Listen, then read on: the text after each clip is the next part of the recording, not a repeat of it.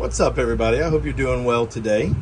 I wanted to talk to you about something that confused me at the beginning, and maybe it's causing a little confusion on your part.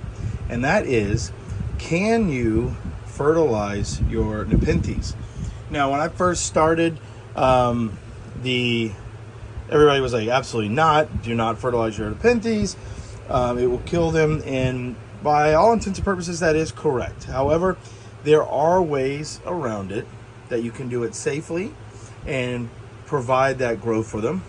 You can do it naturally, or you can do it using some synthetic stuff.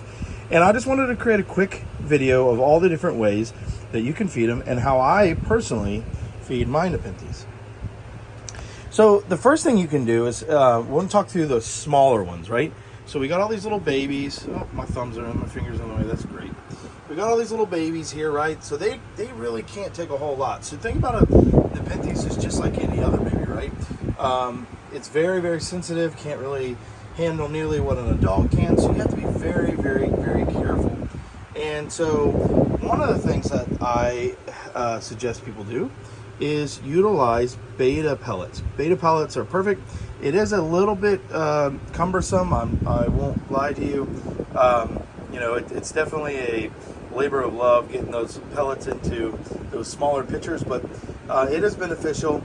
Just do one pellet per pitcher, and that is a good way to feed your plant and provide them a little bit of growth.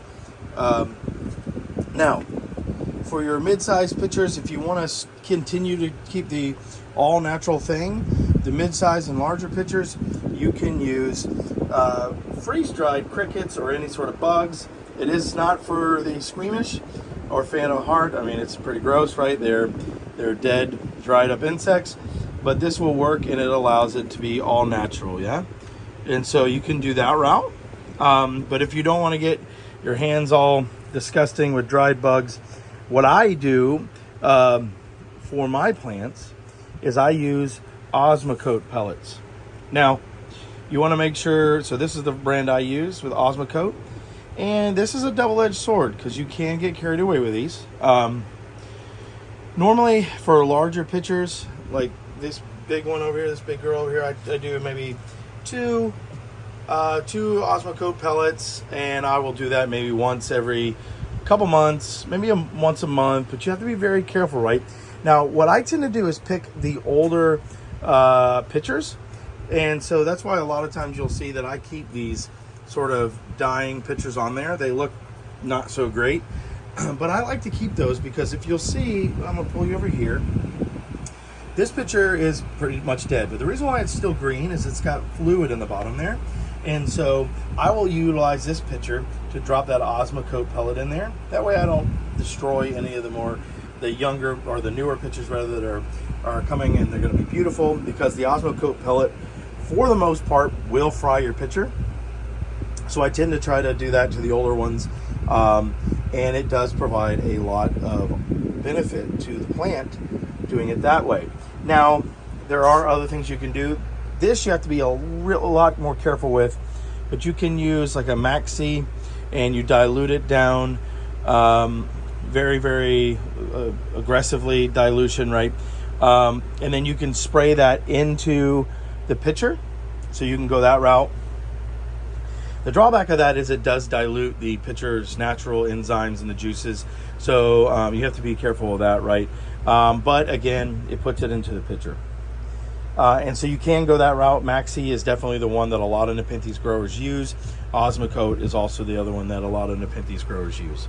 Now, there are other more natural ways that you can do it too.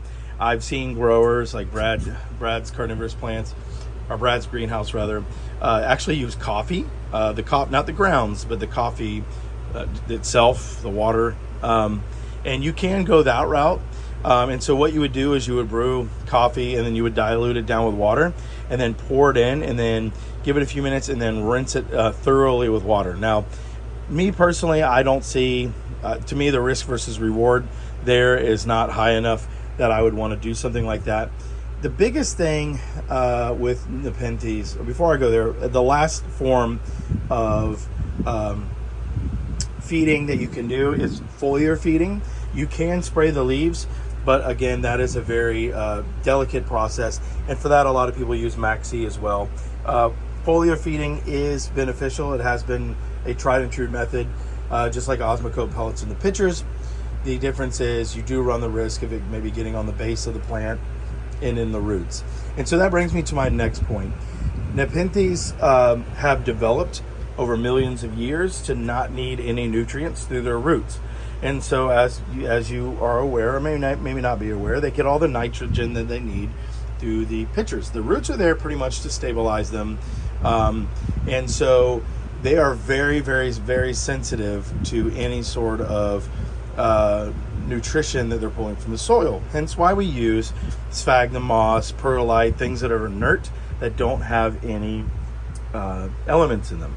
Now, it is, so you do have to be very, very careful when you're doing like a foliar feed, or if you're doing the coffee method, that you got to keep the spray off the roots, or if you're going to use the coffee method, that you really thoroughly rinse those roots, because you definitely don't want them having an abundance of nutrients sitting on them. I have found personally the safest method is the Osmocote pellet. Well, I'll say the safest and the most beneficial.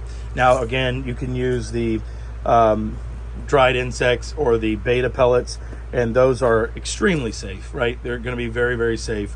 They're just like, well, within a certain degree, what the plant would experience in nature. But again, you're not getting the same amount of impact as far as the nutrition goes. So for optimum growth and safety, I always recommend the Osmocote pellet. But again, put it in your dying pitchers, so that way you don't mess up your good pitchers. And it does help to put a little bit of water in. So whenever you drop an Osmocote pellet in, put a little bit of water in there, and it will release. Now, the only other thing I will say with Osmocote pellets, or any fertilizer for that matter, is you want to do the best you can to try to avoid those plants from getting on the media. So think about it this way: any of this media is inert. If you get that on there, this is a very wet environment. This sphagnum moss is very wet. You're going to encourage mold development and mold growth, and so you want to make sure that you keep any sort of compound that's going to only increase the chances of that mold growing off of the media. So that's it. It's very, very easy to do, very simple. As far as feeding, like I said, you can kind of just do it at your own pace. I tend to do, again, once every month if I'm going to do a light feeding, or once every couple months if I'm going to do a more heavy feeding. And then also, just watch your plants, right? I, so far, knock on wood, have not had any adverse reaction to it, but I tend to feed sparingly with the Osmocote pellets, as far as I don't overload a pitcher with it, and I sort of let it sort of do its thing. Again, I've noticed a good reaction to that process, and so if you do have any further questions about that, like anything else, please don't hesitate to ask. I am here to help you. I'm here to see these plants in everybody's home and to watch them, the joy that they bring, and help people grow them. So CHM Carnivores, I appreciate you taking the time to watch this. Like and subscribe, spread the word if you will, and I hope you guys have a wonderful day. See you soon.